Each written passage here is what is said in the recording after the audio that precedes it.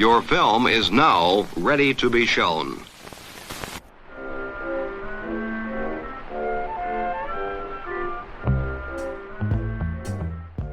Good morning. I'm Justin Hendrix, editor of Tech Policy Press, a nonprofit media venture intended to provoke new ideas, debate, and discussion at the intersection of technology and democracy. Memphis may be the next high-tech hub if billionaire Elon Musk gets his way. It's being called the world's largest supercomputer.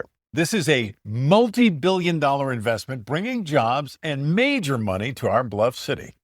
The race to build artificial intelligence systems is driving what McKinsey Consulting estimates is a multi-trillion-dollar global round of investment in computing infrastructure. The speed of the investment and the development of data centers and other facilities is driven by the race to build ever more powerful models. But in many communities in the U.S. and beyond, the pace of these developments is creating substantial friction as corporations seek to partner with local governments to rapidly install facilities that use substantial electricity and water resources, and in some cases create various forms of pollution and other externalities. While there are stories of disputes over data center and other infrastructure development across the United States and around the world, one story stands out. In June last year, Ted Townsend, Greater Memphis, Tennessee Chamber of Commerce president and CEO, took to the stage at a press conference to announce what he called a historic event for Memphis, a deal to host a substantial new computing facility in what was once a factory. I am pleased to announce that xAI's Gigafactory of Compute, the world's largest supercomputer, is to be located in Memphis, Tennessee.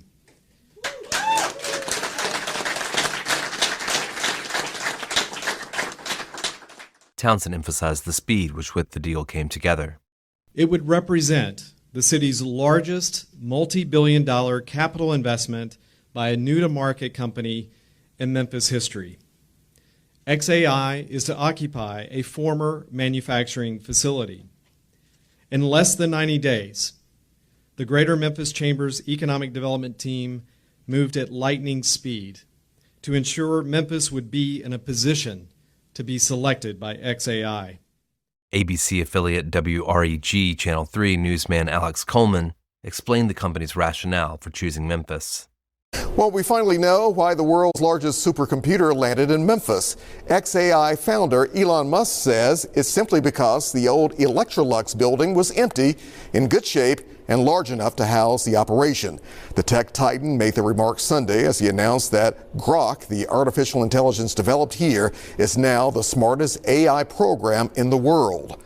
Elon Musk's claim about Grok is questionable at best.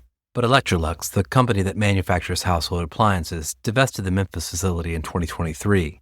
Located along the Mississippi River, the immediate area is industrial, though there are residents in the Boxtown neighborhood a little over a mile away. According to local historians who call it the Land of Broken Promises, Boxtown originated as a settlement formed by newly freed African Americans following the Emancipation Proclamation in 1863.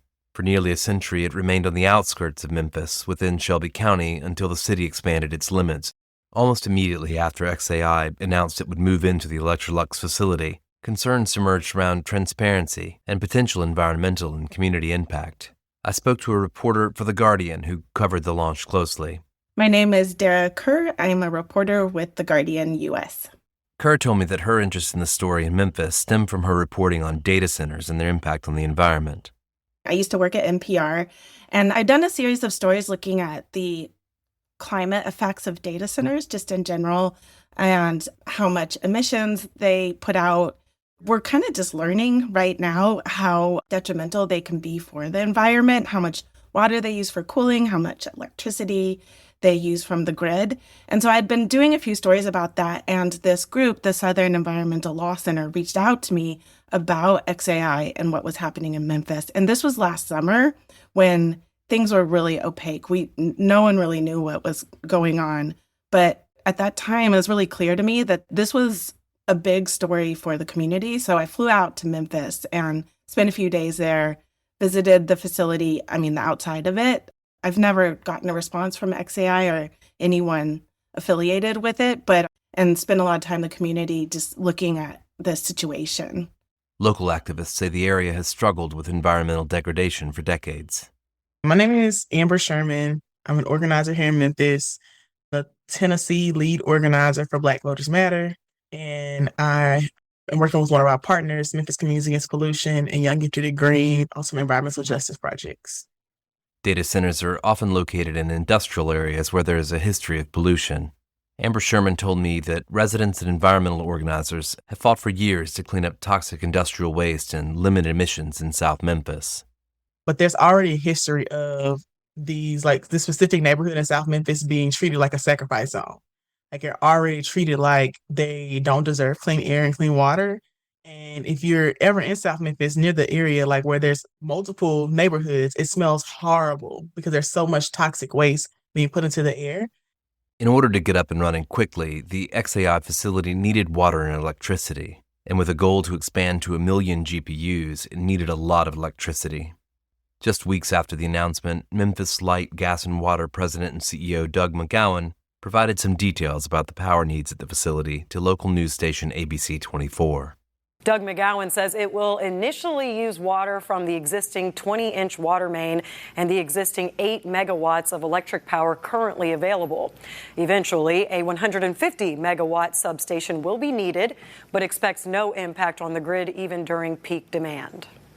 Make sure that we protected the rest of our customers, to make sure that everybody has the power that they need, and to preserve the assets that we all count on, like our clean drinking water. So I think we've done a really good job of setting the stage to make sure that we've minimized any risk to the rest of our customers. But to meet its energy needs during peak demand, the xAI facility needed even more power, so it brought in gas turbines. Here's Dara Kerr.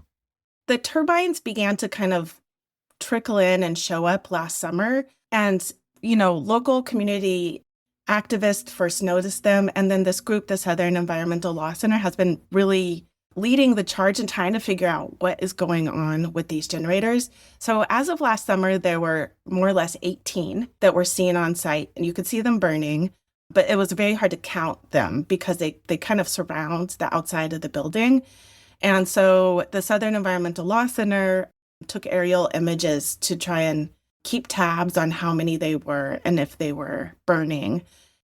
And it was kind of like that for a while. They didn't have permits. I spoke with the Shelby County Health Department.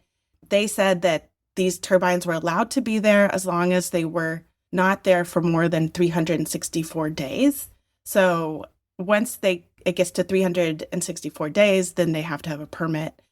And they also then directed me to the Environmental Protection Agency. The Environmental Protection Agency said they didn't know about it and kind of kicked me back to the health department. So there's a lot of passing the responsibility that seems to be happening with the local government.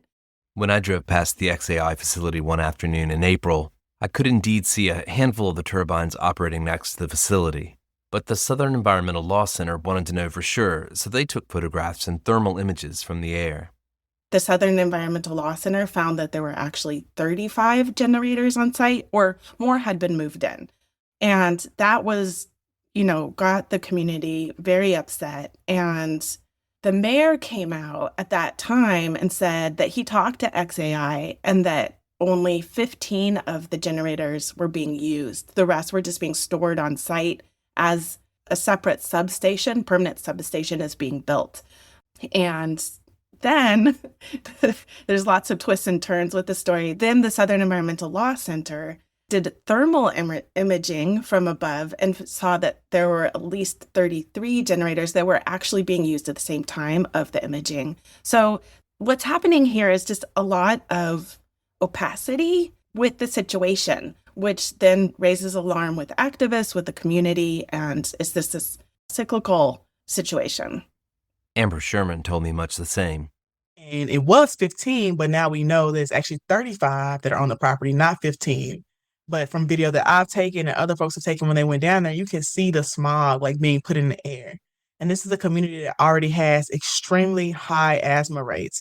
They have the most tardiness for public school education due to asthma-related illnesses because people literally cannot breathe. The community and local activists have recently organized to demand more oversight of the xAI facility, including pushing for public hearings on environmental impact. And so as an organizer with Black Voters Matter, we have different core tenets, and one of those main ones is environmental justice. And this is a huge environmental justice issue. So that's why we're helping them organize on it, because we know that environmental justice and tech are combined. because all of the AI data centers popping up are horrible for the environment, and they're usually put in poor Black communities. The Guardian's Kerr points to a disconnect between local leaders and residents in the impacted communities who appear to just want more information and for the government and health authorities to pursue their interests vigorously. Well, the local leaders who've been shepherding in this project seem very excited to be working with, the world's richest man and this high-profile figure. And there's a lot of excitement about working with Elon Musk. The community members that have been rallying against the project, they haven't really brought in Musk's personality and his, role in the world. They just say they're not scared by someone who's so rich and has so much power. Like, they still need to stand up. I haven't heard a lot of sentiment directed, personally towards Musk. And in fact, very few people even mentioned Doge and his work with the federal government. They just want to be told what's going on. They want an environmental impact statement. So it's all very practical. The Greater Memphis Chamber of Commerce is now marketing Memphis as the Digital Delta, home of the world's largest AI supercomputer, Colossus. Here's the Chamber's Ted Townsend from that announcement last summer. Memphis is the Digital Delta. We are experiencing a dynamic wave of development across various sectors, including technology, infrastructure, healthcare, manufacturing, and education. This monumental recruitment investment marks a pivotal point in our city's trajectory and will drive continued entrepreneurship and ingenuity, propelling Memphis to the forefront of global innovation and competitiveness. But Amber Sherman says local residents are skeptical that luring tech investment will work out for people in the community. I really hate the word Digital Delta. I feel like our Chamber of Commerce is really trying to rebrand the harm that AI and data centers are doing to communities. They're trying to rebrand it into this beautiful economic development project when realistically we're killing our communities. We're making it even harder for folks to live healthy lives. The mayor of Memphis, Paul Young, has engaged with the activist community, including sitting down for a fireside chat with local environmental activist Keyshawn Pearson. Here's ABC 24 reporting on that discussion. Now we're going to talk about the fireside chat that Keyshawn Pearson with Memphis Community Against Pollution held with Mayor Young. It was well attended. Lots of people showed out for it. Here's some video from that meeting. He was pressed on a lot of issues about the city, but the one that really took the cake was xAI. A lot of people feel worried about environmental concerns and just how much we are going to get, the city will get back from allowing Elon Musk to come in here and develop this supercomputer.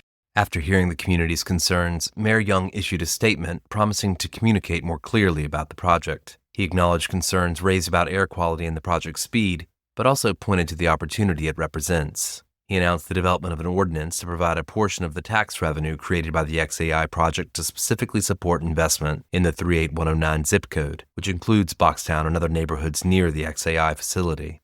I asked Dara Kerr about the position the mayor is in as he tries to satisfy the demands of the community while trying to accommodate xAI.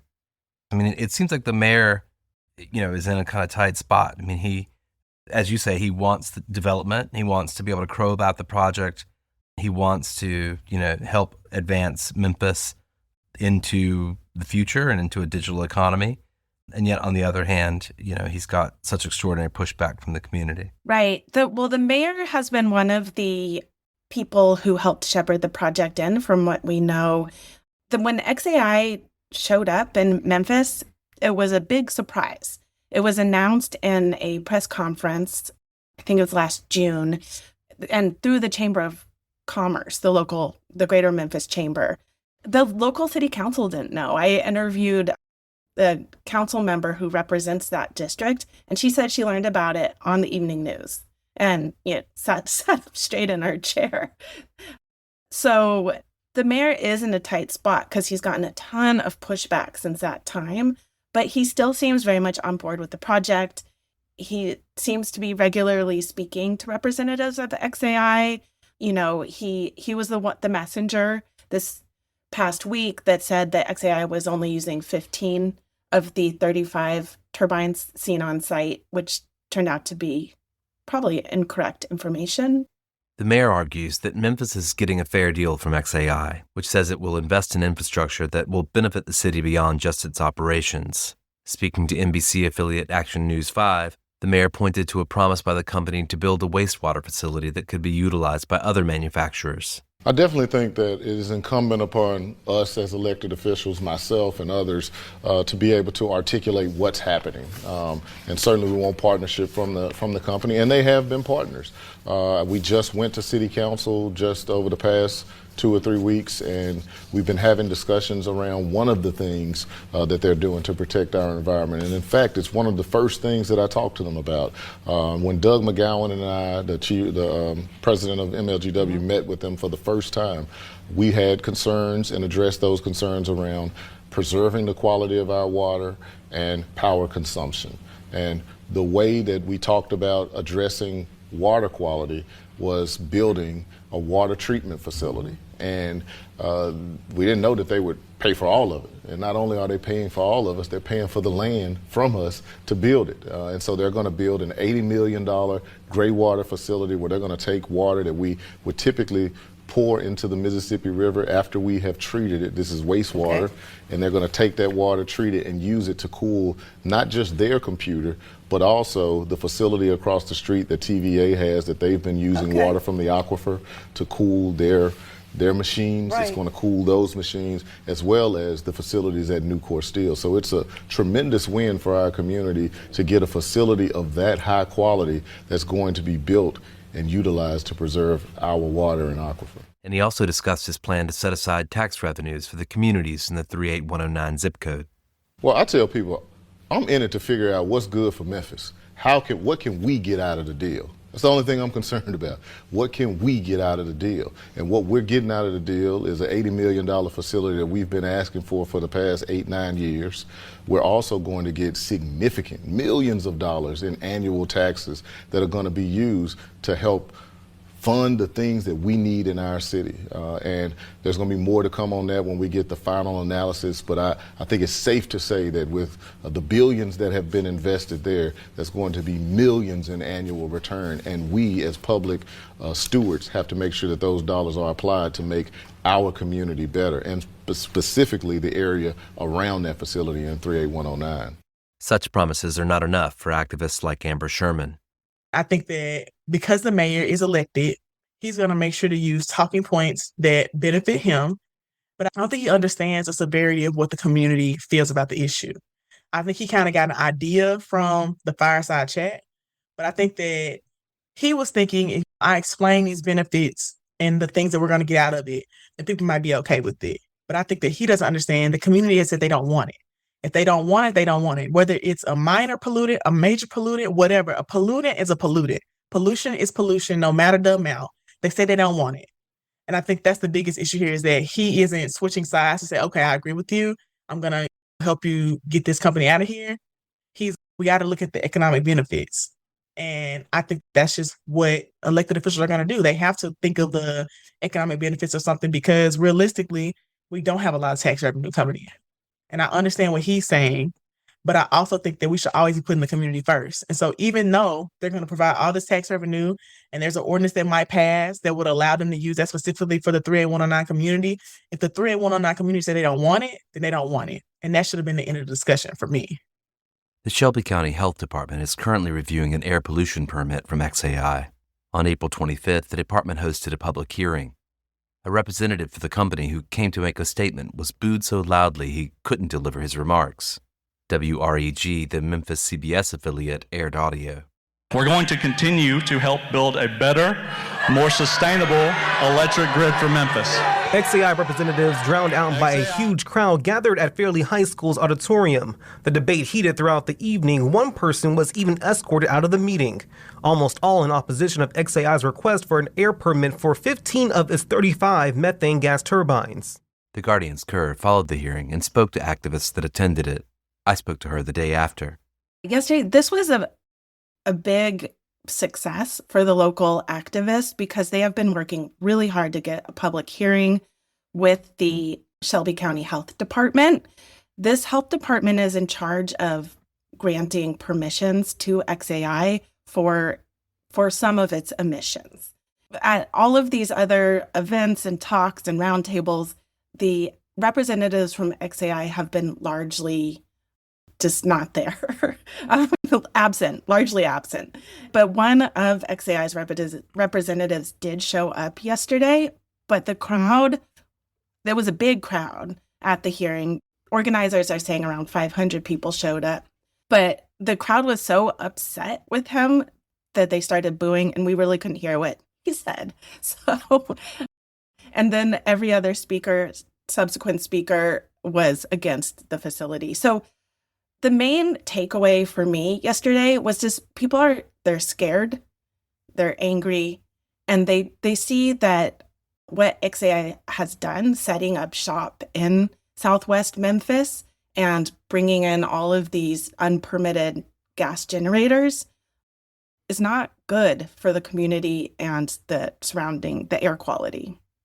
Just before the hearing, someone distributed anonymous flyers in the neighborhoods around the facility. They look kind of like those glossy flyers you get before an election, but with those, that always says who's it's paid for, so you can kind of track back to the source of the flyers. These flyers don't have that. There's lots of rumors flying around about who it could be, but no one's come forward to say. And they have a lot of actual misinformation in these flyers, and the flyers were specifically targeted to the historically Black neighborhoods that surround xAI. They weren't sent to the whole city. And so that, again, it's like the people that are promoting xAI a little bit like shot themselves in the foot because it seems to have backfired, this flyer situation. The Commercial Appeals' Neil Strebig reported that the Shelby County Health Department Deputy Director indicated it will take the department several weeks to review public comment and issue a final verdict on the permit for the turbines. The story in Memphis both fits a pattern around AI infrastructure development across the country and demonstrates the Elon Musk approach to doing business. How do you kind of situate this in what you know of the broader push around AI infrastructure in the United States? I know you're looking at data centers more generally. I follow this stuff reasonably closely, try to pay attention to local and state reporting on data center expansion. It really does seem like on some level, what's happening here in Memphis is happening in many communities across the country. It just happens to be that this is a focal point. It's happening all over, and we're seeing these just kind of heartbreaking stories where, people are having trouble getting water, connecting to the grid because these data centers are using up so much utilities. But I think the thing that's a little bit different with this project is that it came on the grid really fast. It came on secretly, and it doesn't have all the permitting that typically these other companies take the precautions to do. I mean, it definitely has like Elon Musk fingerprints, which is his whole thing. He likes to move fast. He likes to get things going very quickly. And that's what happened here. Last summer, he posted on X that, he brought the name of this supercomputer. He calls it Colossus. And he touted the fact that he brought it online in 122 days, which is it's record time. The typical time it takes to get these huge data centers on, up and going is about 2 years. So I think that's also playing into the tension of what's happening in Memphis. I asked Amber Sherman whether the people she talks to in Memphis harbor concerns about AI more generally. There's this sort of, I think, general concern that we see in polling data from all over the country about the effects AI might have on labor, on society. Are you hearing that from community folks that you're working with? Does that figure into their concern about this particular project? Yeah, people are definitely concerned. I think that was one of the main things brought up is that y'all are saying this is going to bring jobs here, but it's not. And actually, all it's going to do is deplete the type of jobs that we have. And I think that a lot of times for certain communities, they don't even understand what AI is. They don't understand like the actual tool itself. And most of them aren't using AI, right? Like, they don't even understand what the point is of them building the data centers. Sherman said she's worried about the broader effects of AI on society. I'm really concerned about the younger generation who are like, yeah, my chat GPT should. They didn't gave it a name. They tell it to talk to them a certain way. People talking about how they ask their chat GPT therapist questions because that's a therapist. I was like, this is really dangerous. I hope to bring you an update on this story in the coming weeks with more voices from the local community. Until then,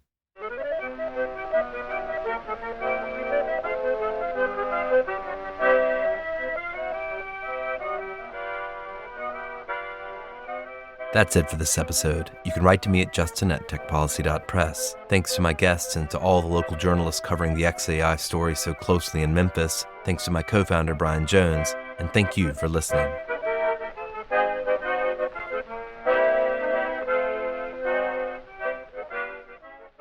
Tech Policy Press.